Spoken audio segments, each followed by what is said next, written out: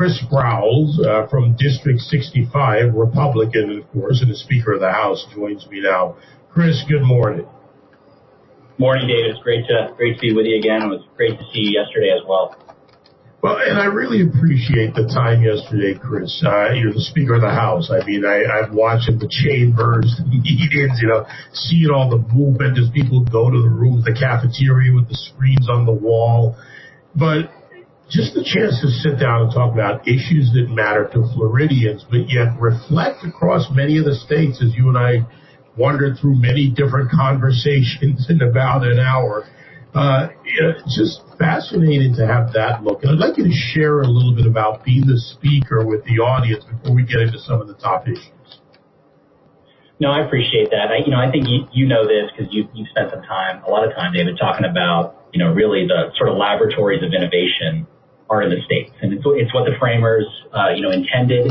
That's probably been exacerbated by the fact that Washington is, really, is paralysis as far as getting anything done. Or certainly anything good done. And I think what we're doing here in the States is the opposite of that, right? I kind of joke a lot of the time where, I say to people back home, they say, what's the difference between being in Tallahassee and maybe folks who are going to Washington? And I sort of say, it's true, I joke, but it's true that saying like, look, the difference is, members of Congress, they go up there and they're up there for years and they don't get anything done. But then they come home and everybody knows who they are. In the States, it's like the opposite, right? They come up to their state capitals, have the opportunity to do massive amounts of change and innovation in a really short period of time. And then they go home and they go to the grocery store and most people don't know who they are at all. So it's really kind of the best of both worlds, right? I mean, you get to do amazing things, but live a pretty normal life. And I'll often tell people, I really do think that serving, in particular in the state legislatures, I have the opportunity to serve as speaker, is really one of the last great places for public service in America. Another thing that has to happen in order to move things in the states, and clearly there are primarily two parties, the Republican and Democrats, is at times there has to be work done together. We've gotten very polarized, and yes, there are different founding principles for our, the Republican Party, for you and I, versus the Democrat Party, and polarization has played into this, but working together in the State House, how do you see it? Is it for you similar to Congress, different than Congress? No, it's nothing like Congress. I mean, I think that, you look at what's going on here in Florida last session, this session, we probably have done more in the last year and a half than, Washington has done in 25, 30 years. And I don't say that to be hyperbole. I think it's really true. Significant pieces of policy done by the legislature. And here you have a Republican governor and Ron DeSantis that we're blessed to have. I have an opportunity to work with President Simpson in the Florida Senate. And, over the last year and a half, we've worked together. Does that mean we agree on every single thing all the time? Of course not. But we work it out. We work it out privately. We figure it out. We rectify our differences, and we have massive points on the board, for Floridians.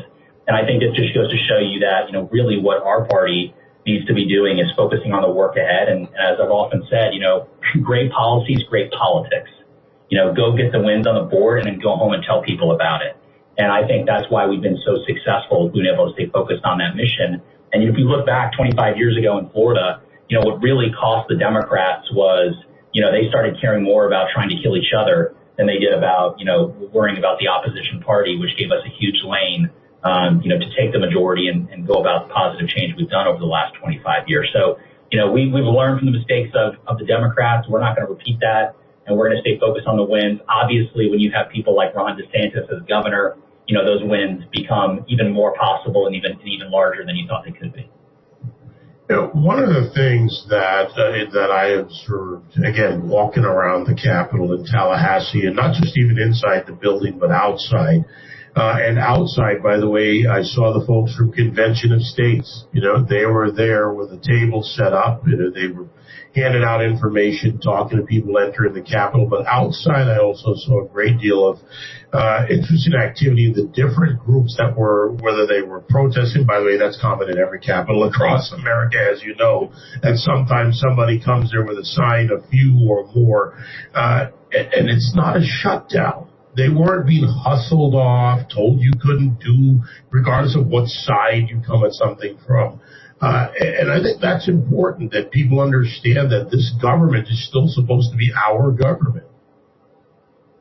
Yeah, that's exactly right. I mean, access to your legislators, access to find out what's going on in government. I think you'll find that, in this building, because the legislative districts are not, the big sort of sprawling districts you find in Congress, when they've got a constituent up for the day and wants to talk about an issue, they make room to meet their constituent. I mean, that was something that I always prioritized, was seeing folks from back home. I think that happens a lot.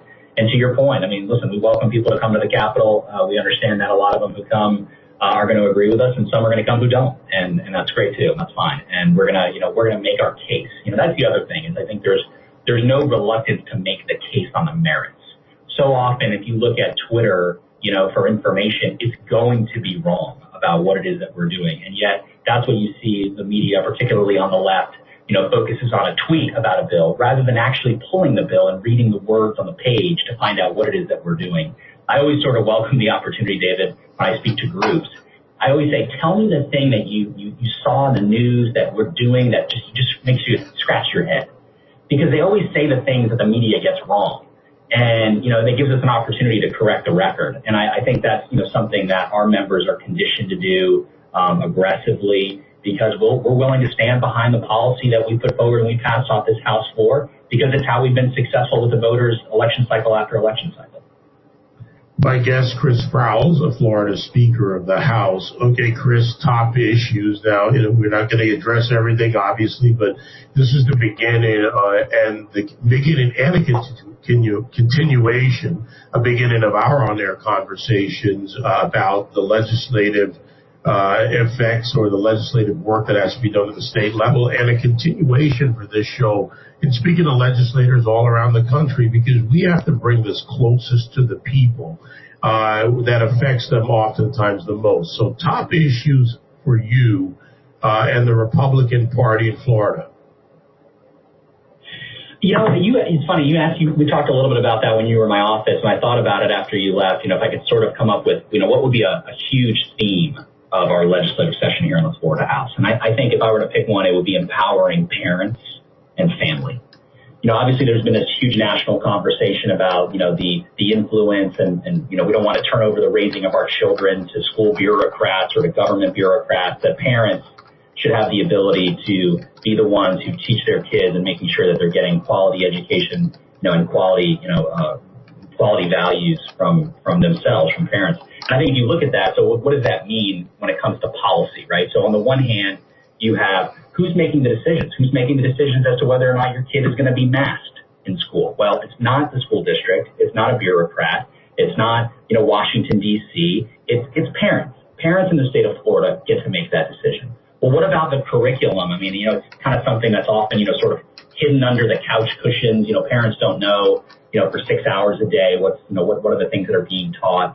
We have a bill this year that makes sure that the curriculum is radically transparent. That it's in front of the parents. They know they can access it. They know what's being taught, in the schools. They can push back on things like inappropriate, sex education, making sure that, in grades, K through 3, if the school district isn't in charge of introducing complicated topics to the kids, the parents are in charge in making sure that they're framing and talking to their kids about those kinds of issues.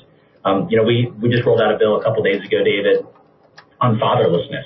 You look at, pretty much every horrible statistic you can think of. It doesn't matter whether it's drug abuse or suicide or mass shooters. One of the largest common threads between those things is a lack of a present father in a home. And, we just rolled out a bill that tackles fatherlessness, foster care, making sure that we're trying to, keep the family together, because we realize that it's the family that ultimately impacts, society and the health of our society, not government bureaucracy. And then you look at, what options do parents have, right? You grow up and, you're born into a family, you grow up in a neighborhood. Should that determine your destiny forever? And 25 years ago, when it comes to school choice, the Democrats' answer to that, and the answer is the same today as far as they're concerned, was yes, it should. The school district and the government should pick where you go to school based on the neighborhood you live in. And we have fought against that, and we've been successful in winning those battles and saying, look, we don't care what family you're born into. We don't care what neighborhood you live in. You have an opportunity to rise. You have a right to rise, and we should provide an opportunity for you to go to the school that fits you, that fits your child, to empower the family to be able to give their child a different life than maybe they had. I mean, we have families who are struggling financially, but in the state of Florida, particularly if you are a poor family, we provide a scholarship you can send your child to a private school. If you don't think that's a good option, you can send them to a charter school. If you think they're going to do better as a virtual learner, you can do that. Last session we passed the largest expansion of school choice in the history of the United States of America, making sure that families are empowered. So look, this is the year of the parent, empowering parents and families. We've also got an individual freedom bill. Once you're born, which of course we're trying to protect the sanctity of human life this session with the 15-week abortion ban. That's coming through and will pass off the House floor. But then once you're born, we should protect you as an individual. We're living in a society now which wants to cast us into groups and buckets and then determine our destiny based on those buckets. And we've got an individual freedom bill that says you can't do that. You have to treat children, people in the workplace as individuals. You can't say, well, because you're a part of this sex or this race, you fit into this bucket and this is what that means for you. We're pushing back against those kinds of things because we believe that people, if they're empowered from the beginning of their life, they should be empowered throughout and be able to succeed as individuals. This is all about freedom to choose, and it comes with responsibility, Chris, and something that we as American citizens, we as individuals have to exercise responsibility. And the better foundation in life from the day you're born forward that you have as a human being, you'll do better. As I said, we're going to just open up here for the audience with you, and I know you and I will be talking a lot more about key issues, individual issues. But for your part, you have just barely over a month to get a whole lot done in Florida. The legislature ends, I believe, on March 11th. So between now and then, you've got a lot of work to do. Well, we do. And I'll tell you what, I like our chances, David. I really do. What about what happens after the legislature goes home? Give us a picture of that, not just for yourself, but in broad terms. I realize you obviously can't define it for everyone, and I can ask all the others that I meet with what their life's like. Well, for me, my list of chores for my wife is probably growing by the day of the things I've got to get done when I get home. But, I think that, practically speaking, the governor signs the budget. And, I think that a couple things happen. Number one, one thing that I've been very cognizant of is, we go up, we pass really great public policy, that impacts, parents, families, businesses across the state. But if you just sort of, pat yourself on the back and go about your business, you really miss a pretty significant part of the game. And that is the implementation that's done by government. And whether it's Washington or whether it's even our state agencies, which are significantly better than Washington, there's still a sort of a deep state component. And if you don't stay engaged on making sure that the policies that you pass are the ones that are implemented by government, then you've only done really half the job. So, one of the great things that we've had the opportunity to do this session and some of the things we're going to do after session is making sure that the Florida House is being an agent of accountability when it comes to implementing the bills that we do to make sure that people are getting what they bargained for. And I'll give you an example. One of the things in the House budget, we put a significant amount of resources to clear the backlog that we have on concealed weapons permits. It's something very important to Second Amendment rights to gun owners across the state. Right now, the time frame of getting a concealed weapons permit could be up to 50 days. We want to cut that down to 10 days.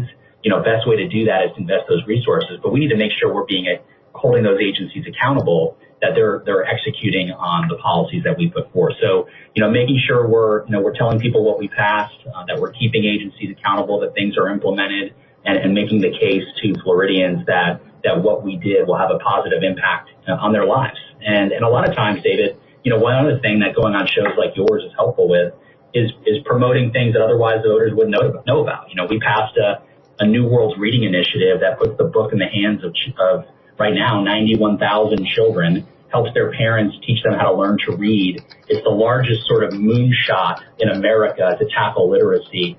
And one of the things that we've done, myself and the governor and and the Senate, is we've gone around the state promoting that initiative, and we've gone from 0 kids in the program to 91,000 in probably about a month. So that's also part of what we're going to have to do after session. Affecting lives, where it matters, helping people, and always available at the grocery store, because I think you've got that on your to-do list as well, Chris. It's great to have you on. I know you've got a busy time between now and March, but before the close of the session, I want to follow these issues from both your view and your fellow legislators, as well as the governor's office. And I really appreciate your time. I've seen it. I was in that building. You've got busy days every day. Well, it's a blessing to be able to do it, David. If you would have told me that I was going to have the opportunity to do this much with these group of people here in the Florida House to impact the lives of 22 million Floridians, I wouldn't have believed you. So it's a great opportunity, and as always, it's great to have been with you this morning. Looking forward to speaking to you next time on and off air, Chris. Thank you very much. And I know, as I said, you've got a lot of work to do today. Between now and March 11th, folks, we'll be following the activities of the Florida House, speaking to various representatives. This is bringing government closer to the people where the founding fathers envisioned it, and we have to make sure that continues on a national level. Chris Sprowls, District 65 Republican and Speaker of the Florida House. Thank you. Thanks, David.